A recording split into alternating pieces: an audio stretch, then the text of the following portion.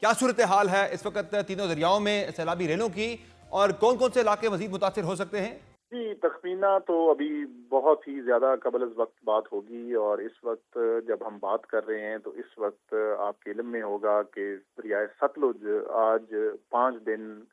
2,61,000 کیوسیک کا ایک study trend رکھنے کے بعد اس وقت 3,81,000 کیوسیک، یہ 1955 میں لاسٹ ٹائم اتنا پانی اس میں آیا تھا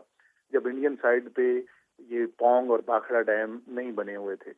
آج اس وقت ہمیں اتنے بڑے یہ پانی کا سامنا ہے، اور قصور کی انتظامیہ اور اس وقت جس طریقے سے اس پانی سے نمٹ رہے ہیں، اور اب ہمیں جو شہری علاقے ہیں، شہری آبادیاں ہیں، قصور شہر ہے، اس کو بھی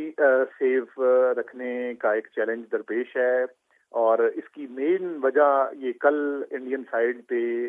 ایک ان کا رائٹ مارجنل بند تھا جو بریچ ہوا، اور اس کے بعد یہ پانی رش کیا ہے، اور اس وقت اس نے 2,61,000 سے 3,81,000 کیوسیکس کا بڑا ریلا قصور کو ہٹ کر رہا ہے۔ ہم نے اس میں بر وقت آج دوپہر میں ہی جب یہ ہمیں فلوز بڑھنا شروع ہوئے تو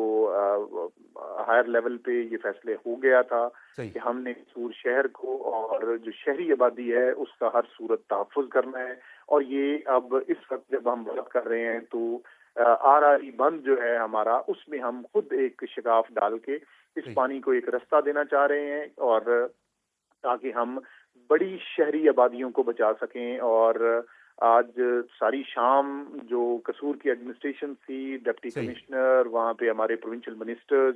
انہوں نے آج ایویکویشنز کو انشور کیا، لیکن جس طریقے سے آج